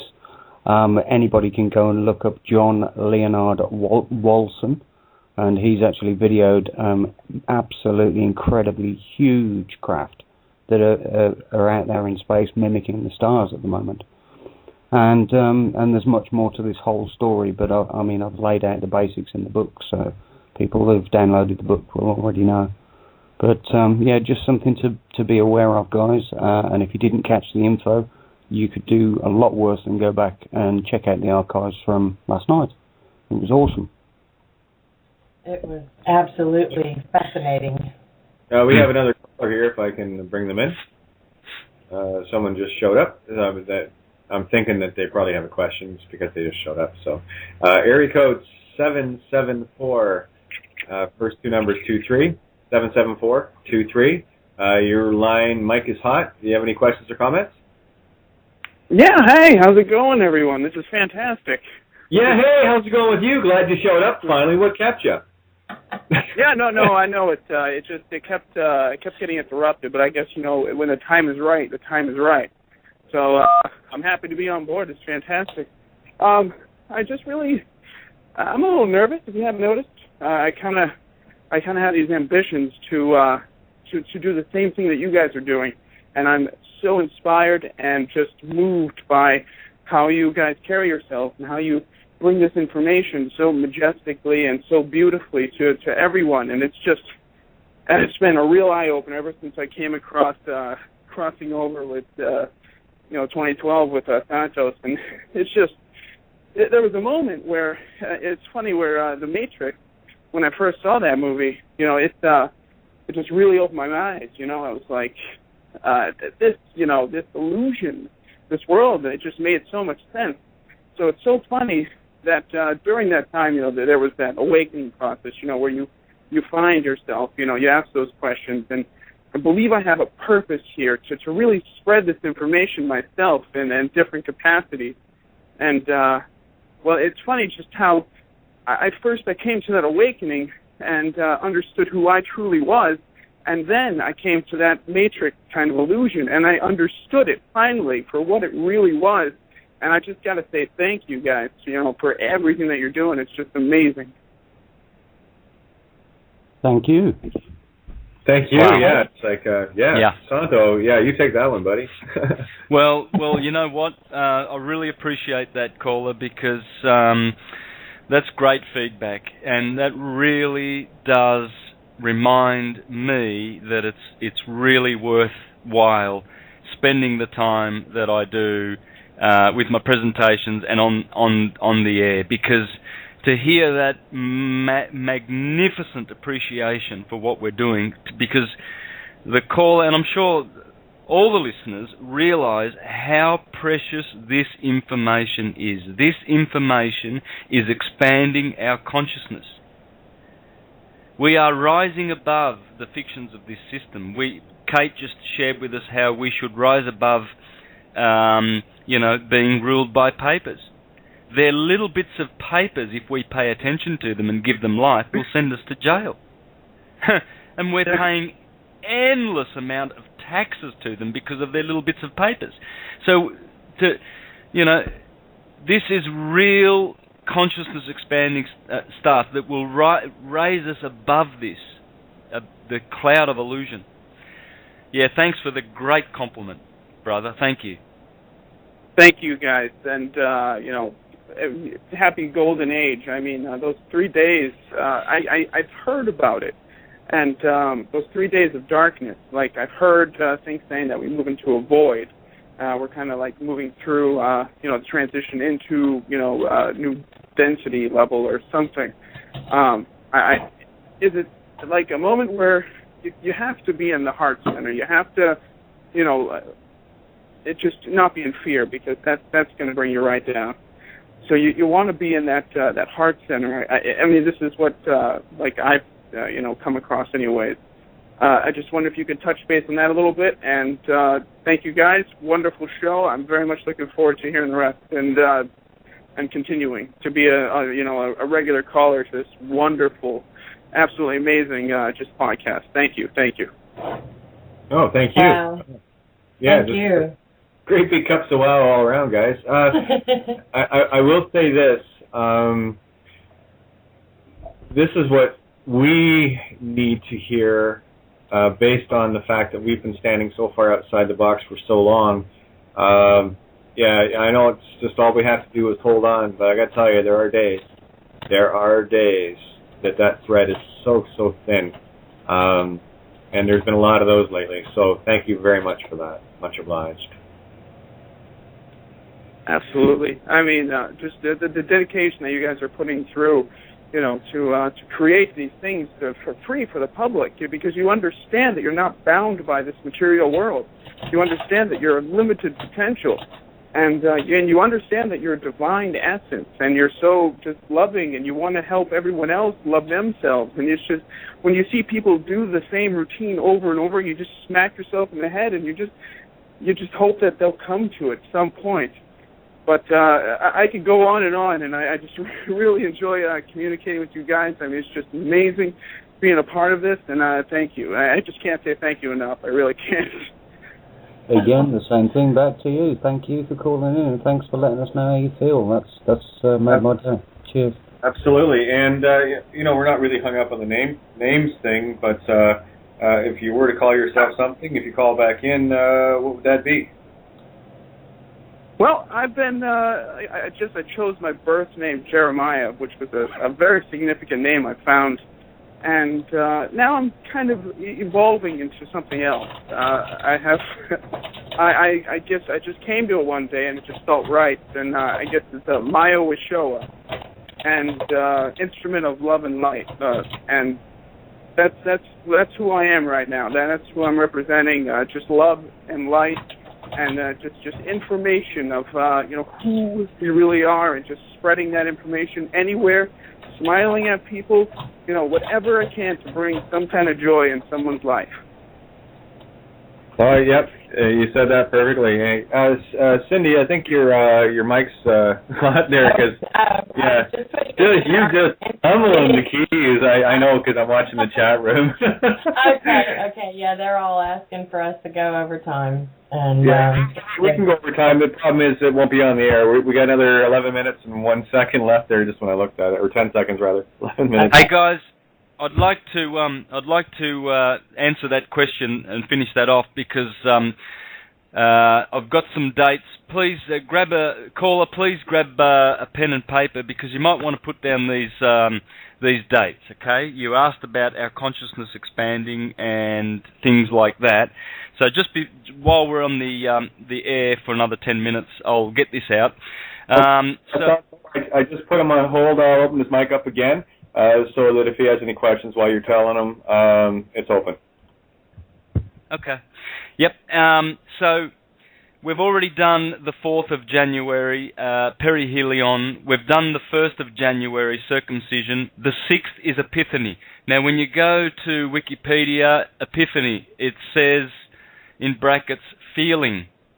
In Greek, it comes from epiphania, which means manifestation or striking appearance. So the 6th of January, something is going to manifest strikingly. It's the Christ. It's the Christ consciousness. Because the Egyptians, they had 12 days. They waited 12 days after the 25th of December, and then they declared that the sun appeared. In other words, it had progressed enough degrees on the horizon that they could clearly say that the sun now has appeared to lengthen its rays. It's an appearance, epiphany. And that's why we have an epiphany when the lights are turned on, because a striking appearance or a manifestation has occurred. And so we call it an epiphany. So look out for the Epiphany Day, guys. The next one to look out for will be the 25th of January, Cindy's birthday, and that is the conversion of St. Paul. The conversion of St. Paul. So that's where a conversion happens, and someone's got their mic. Okay, you might want to mute that call. Yeah, I will. I think that, yeah. Who, does anyone know who that was? It was not me this time. No, me, I was muted. That's fine. So the 25th of December is the conversion of St. Paul. Of course, it's Aquarius territory, and Paul is none other than Saturn. Saturn rules Aquarius, but Saturn also rules Capricorn. So it's what we've got is Saturn in Aquarius is Apollo, and Saturn in Capricorn is Saul or Saturn or Satan. You see, so that's why he gets converted when he goes into Aquarius on the 25th of January, and he becomes Paul. So Saul becomes Paul. In other words, Saturn becomes Apollo. You see, you can't have Saturn ruling in two signs next to each other and they have the same archetypal character. They have to change. So Paul has to get converted, you see. So look out for that day. Look out for Ash Wednesday, 13th of February, the first day of Lent. Which finishes on the 20th of March, the eve of the equinox. So Lent is perfect this year. It is perfect. It starts on the 13th of February, Ash Wednesday. It's 40 days that the Israelites will be in the wilderness, or that Jesus is tempted in the wilderness with no food, and then the devil comes to tempt him. You see, this is the 40 days of Lent. Because it's a period of temptation. It's a period of uncertainty. Is the son going to make it? Is that child that was born Is he going to be successful this year? Will we find him in the Lamb one day, crossed over, and we eat those hot cross buns at Easter to remind us that the Son has crossed over finally? And then, of course, on Nisan 17, every year the Son ascends, the resurrected Saviour. That's what Easter's all about, because the Son is resurrected now, and now the days are longer and the nights are shorter. And so this little story, this quadrant, these 90 days or these 90 degrees that remain till the Lamb of God, we've got some climbing to do. And consciousness is going to climb, and you're going to see it, you're going to feel it, you're going to be part of it. Don't let this occasion slip, because it's ours. And the light is here to support all of our deeds. Before, the light was not ready. The Christ did not return. The ethereal Son was not born yet. And we tried, we had a go, but we failed. We all tried when we were Bogomils 700 years ago. We all tried when we were Waldenses and Lollards and Collegians and Socinians and Cathars and Albigenses. But the light was not right. It was not the right age. It was Pisces. There was still doubt and belief. And water, murky, mutable waters of Pisces.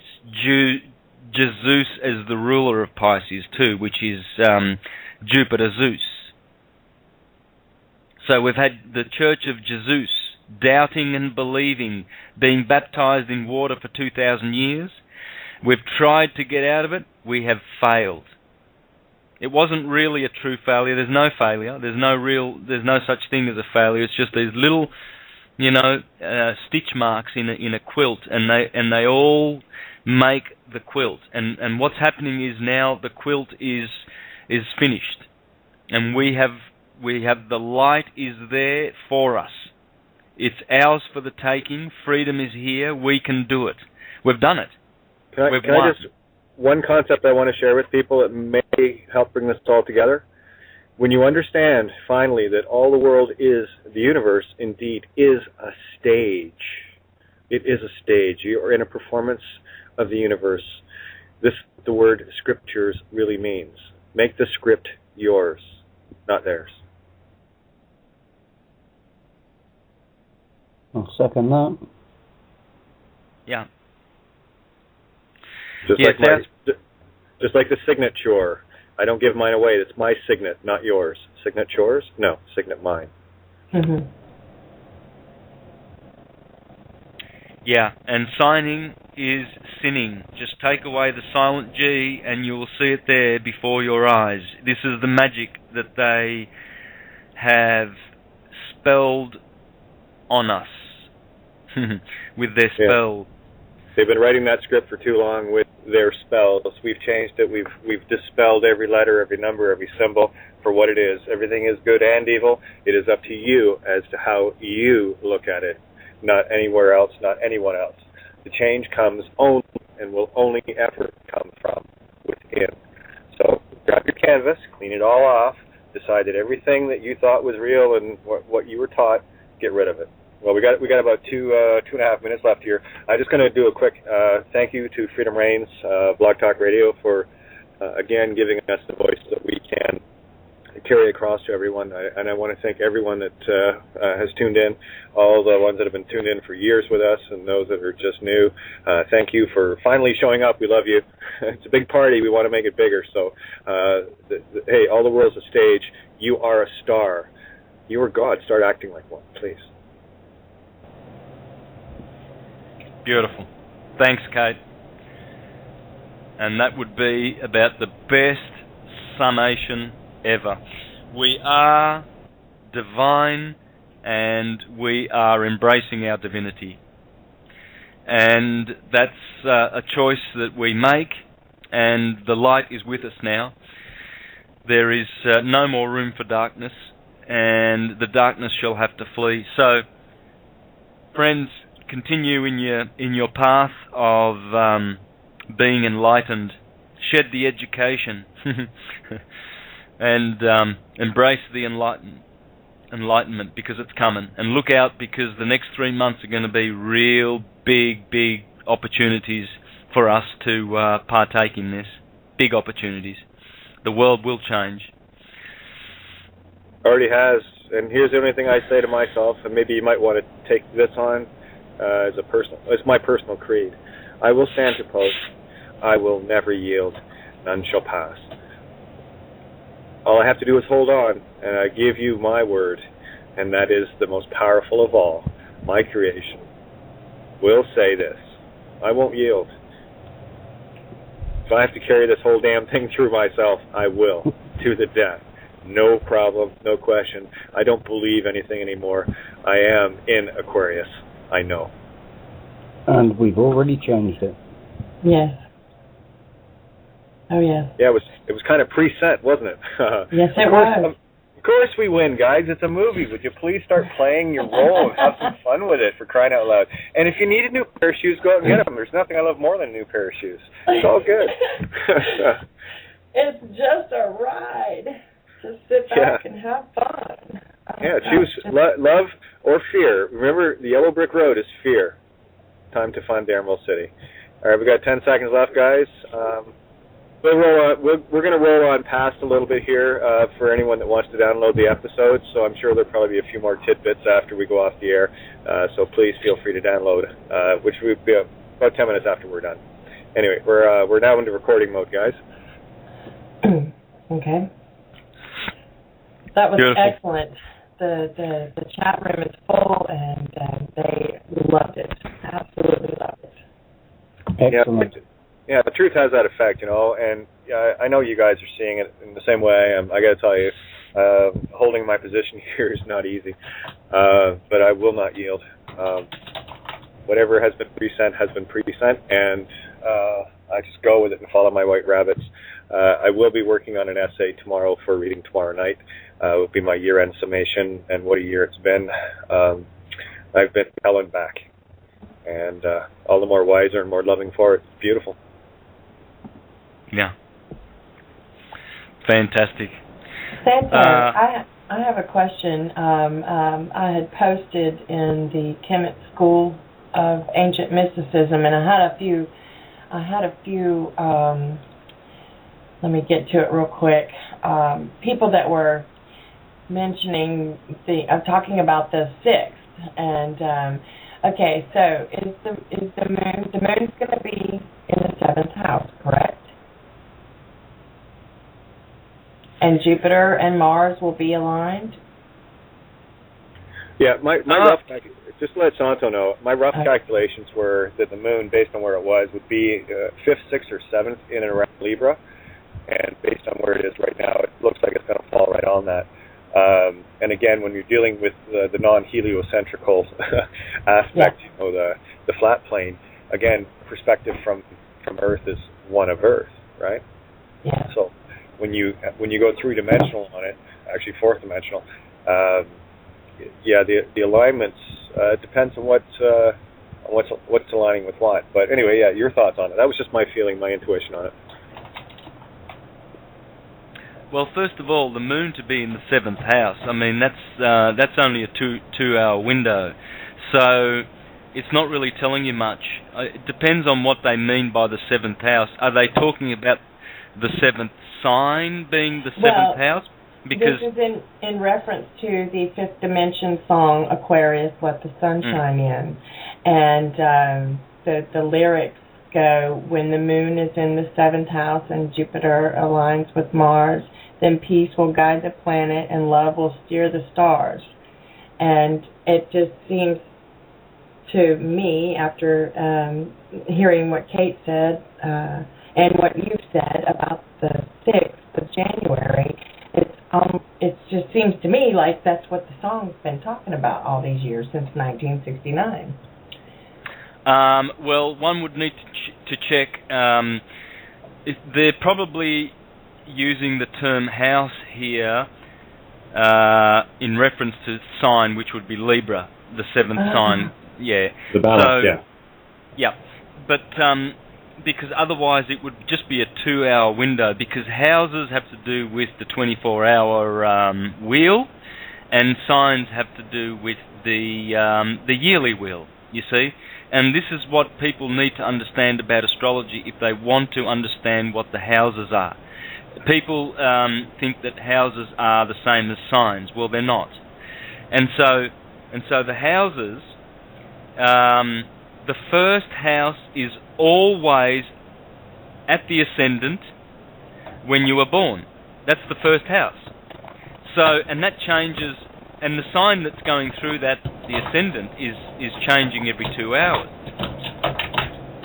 So it's talking about the daily cycle, the houses, you see. And so for the moon to be in the 7th house, here the song would be actually referring to a 2-hour window slot in the day, which is highly unlikely. So it must be referring to Libra. Well, again, it's a song. I won't say just a song. It's a song, and one of the things from a songwriter perspective is you try to fulfill as many concepts as you can within as few words as possible, and that's why it resonated with me, and that they were talking about the seventh house, or Libra. And what resonated with me is the fact that I'm a dragon, and dragon falls in the house of Libra, and I know based on what I've present myself and what I'm starting to really see now, unfolding before me as a present, all things fall into place perfectly, as divine plan was always meant to be, perfect. There are no mistakes, and that's one of the reasons why this time jumping stuff that they've been doing for so long is in complete defiance of divine plan and divine guidance and divine law. It's an aberration of wrecking a perfectly good script and creator in its purest essence, and that's what we are. We'll sort that out, and no more. Done.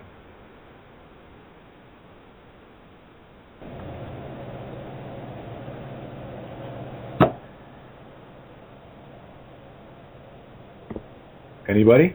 Yes. I was in the middle of typing and I had to finish and unmute, but yes. No worries. I've been listening to that song. As a matter of fact, that song, I have no idea how this happened. I don't have an iPod. I just have a little, it doesn't hold very much, it doesn't have much space, and the battery doesn't stay charged very long, but when I go on my hikes, I like to take it with me, and somehow this song appeared on my MP3 player, and it happened to play across the playlist when I was up on top of the mountain sun gazing, watching the sun go down over the Pacific Ocean down at Point Mugu. And it just, when I heard the lyrics, I'd never heard it before, and when I heard the lyrics and then realized, wait a minute, this wasn't here before, where'd it come from, how'd it get here? And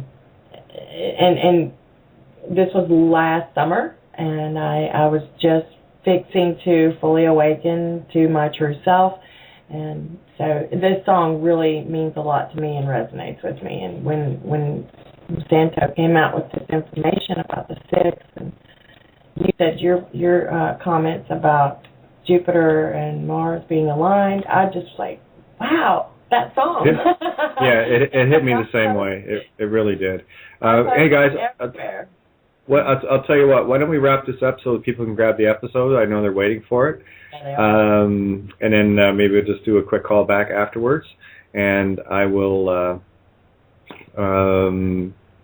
I'll just end the episode here. That way people can get it. Sound good to you? Sounds great. All right. Well, I will say thank you to everyone that tuned in tonight and has grabbed this episode. Because you're hearing this, I know you did. Anyway, much love to you guys. Don't forget, you can get a hold of all of us very easily at www.synchronicity.com. And just all you got to do is Google our names, for crying out loud. You'll find us anywhere.